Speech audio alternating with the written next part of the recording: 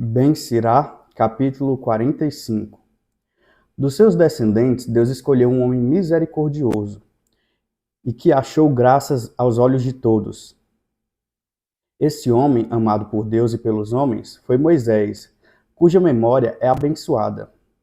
Deus deu-lhe glória igual à dos santos e fê-lo grande para terror dos seus inimigos. À sua palavra, os prodígios cessaram. Deus glorificou diante de reis, entregou-lhes leis para o seu povo e mostrou-lhes um pouco da sua glória. Consagrou-o ao seu serviço porque era fiel e humilde, e escolheu-o de entre todos os homens. Fê-lo ouvir a sua voz e levou-o para dentro da nuvem escura. Ali, face a face, deu-lhe os mandamentos e a lei da vida e do conhecimento. A fim de que Moisés ensinasse a aliança a Jacó e os seus decretos a Israel. Arão. Para quem pegou aqui no meio, pessoal, a gente está lendo sobre os grandes homens. O capítulo passado falou sobre Abraão, sobre outros, aí falou o início sobre Moisés e continua agora.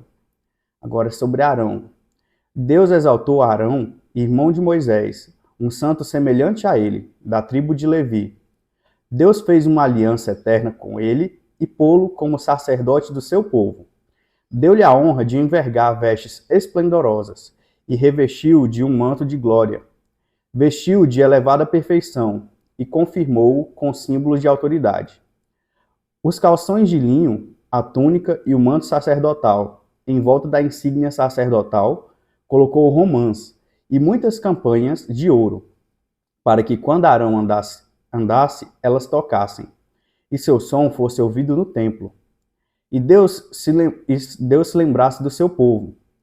Deus deu-lhe o manto sagrado, obra de artesãos, com fios de ouro e fios azuis e cor de púrpura.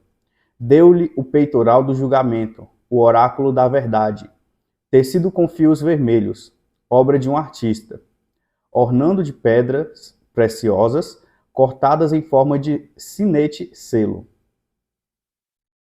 colocadas em engastes de ouro, obra de um joalheiro. Em cada pedra estava inscrito o nome de uma das 12 tribos de Israel, um memorial diante de Deus. Também lhe deu uma coroa de ouro por cima do turbante, com a inscrição de consagração como um selo, e motivo de orgulho, um trabalho de especialista, ornamento que faz o deleite do olhar. Antes dele nunca houve coisas tão belas, nenhum estranho jamais as usou. Somente os seus filhos e os seus descendentes têm esse direito para sempre. Os seus sacrifícios são inteiramente queimados e apresentados a Deus 2 vezes por dia, sem cessar.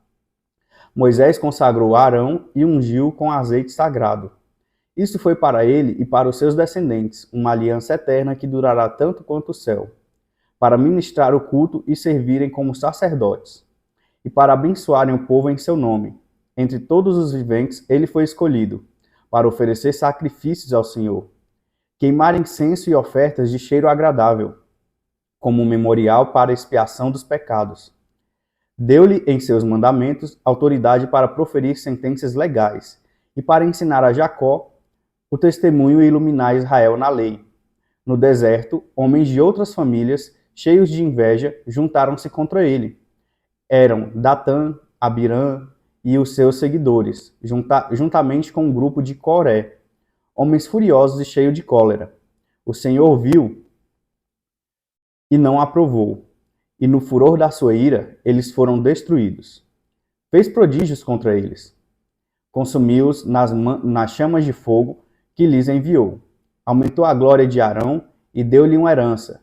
Concedeu-lhe o direito de receber a melhor parte dos primeiros produtos da terra. Preparou-lhe, acima de tudo, alimento em abundância, pois os sacerdotes comem dos sacrifícios oferecidos ao Senhor, os quais ele deu a Arão e à sua descendência. Mas os sacerdotes não têm nenhuma herança na terra. Eles não têm a sua parte da terra, como o resto do povo tem. Pois Deus disse: Eu mesmo sou a tua parte e tua herança. Finéias. Finéias, filho de Eleazar, foi o terceiro em glória, no zelo com que temia o Senhor.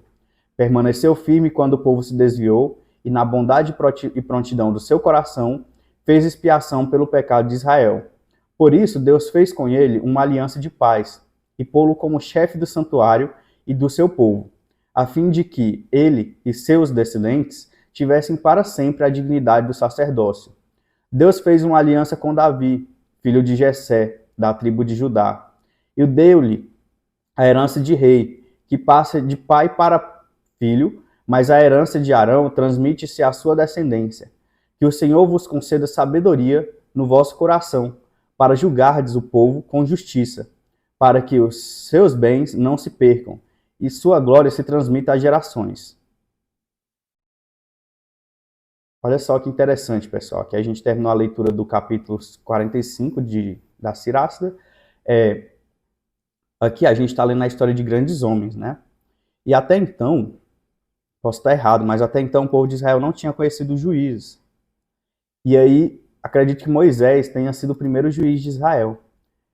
Não sei quanto estudo você que me assiste já tem sobre a questão dos juízes, mas é muito replicado na sociedade contemporânea toda essa história de reis e juízes. Em Israel, até então, não existiam reis. Eles começaram com juízes. E em determinado momento, o povo disse que queria porque queria ter um rei, que via os outros povos tendo rei. Ter rei é menos nobre do que ter juízes. Por quê? Porque quando você se dá bem com o seu concidadão, seu colega de sociedade, você nem precisa que ninguém interfira na relação de vocês. Ó. Vocês dois se resolvem. Quando você tem problema com ele, se tiver um juiz, como hoje em dia na sociedade nossa cada vez mais vai evoluindo para isso, primeiro vão tentar uma mediação. Claro que naquela época também deveria ser assim. Tentava uma mediação, que é porque os dois resolverem continuarem se falando, conversando. Se não der certo, aí sim o juiz tomaria a vez, assumiria a decisão, e aí ele faria uma composição lá para poder resolver o caso, por mais que as partes não gostassem. E aí a partir daí já começam os problemas, porque quando um terceiro tem que resolver por você, significa que você não está fazendo exatamente o que você quer. Muitas vezes a decisão não agrada nem esse, nem esse. E aí, pessoal, vem o último ponto, que é ter um rei é menos nobre ainda do que ter um juiz, desse ponto de vista, né? Porque um rei, ele vai colocar ordens verticais, ou seja, ele vai subjugar o povo, colocando ordens para manter a sociedade em ordem, porque em tese aquela sociedade não tem como se autogovernar. Essa é uma lógica geral, tá? Claro que vai ter gente que vai dizer que é bom ter rei, porque o rei é a nobreza, representante de Deus na terra, e tá tudo bem, cada um vai ver de um certo ponto. O que eu quero chamar a atenção aqui é que não havia juízes em Israel antes, e mesmo que houvesse, né? Mas o ponto aqui é que no começo eram juízes, o povo foi se perdendo, e aí começaram a pedir um rei, e aí teve o primeiro rei, que o segundo foi Davi, mas o primeiro não foi Salomão, Salomão foi filho de Davi, antes de Salomão me fugiu aqui o nome dele agora, tá? Tá assim na ponta da língua, tem S, tem M talvez, mas não me fugiu agora. Então, aqui, sempre que eu passei a ler, eu meditei muito nessa palavra dos juízes, porque se você vê outra curiosidade, é que os melhores juízes de Israel julgaram por 40 anos ou mais. Menos de 39 anos, geralmente, foi um juiz que teve problemas. Você pode pesquisar isso depois na leitura da Bíblia, é interessante. Ele sempre vai falar quanto tempo cada um ficou. Sansão, por exemplo, foi um juiz muito problemático, se eu não me engano, ficou de 16 a 26 anos, foi uma coisa assim. E assim por diante. E aqui no final, ele fala, né?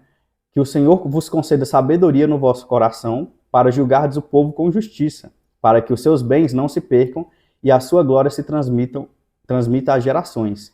É outro ponto interessante. Eu considero que nas nossas sociedades contemporâneas, um dos seres mais evoluídos que existe é o juiz. Por quê? Porque ele tem que abdicar do seu próprio tempo, que é algo que as pessoas valorizam muito, da sua própria vida individual, para poder se dedicar a julgar e contribuir para a sua sociedade. Por mais que o juiz, hoje em dia, por esse fenômeno aí econômico estão ganhando cada vez mais e se tornou uma profissão almejada, isso não é uma tradição geral, tá? Juízes no Brasil, por exemplo, começaram como sendo professoras que não queriam dar aula não, que eram selecionadas ali por um governador, por alguém, e elas se tornavam juízes. Aí com o tempo a profissão foi se transformando. Afinal, a caneta está na mão dos juízes, então fica mais fácil para eles corrigirem seus salários. Mas enfim, existe toda essa meditação aqui que eu faço em torno da figura do juiz, do líder, né? Religioso. Claro que com o tempo esse juiz se separou do líder religioso, no início era Moisés, depois Arão, irmão de Moisés, e assim foram se escolhendo outros, né? Teve Samuel, teve Eli, teve Sansão, e cada um com sua personalidade, sua forma de liderar o povo, mas é interessante toda essa meditação em torno da figura do juiz. Então, é muito importante para qualquer pessoa que queira ter uma imagem ou uma mentalidade de governança, principalmente pacífica, principalmente com sabedoria, estudar a figura dos juízes de Israel e da nossa sociedade para poder entender essa estrutura. Vamos para o próximo capítulo.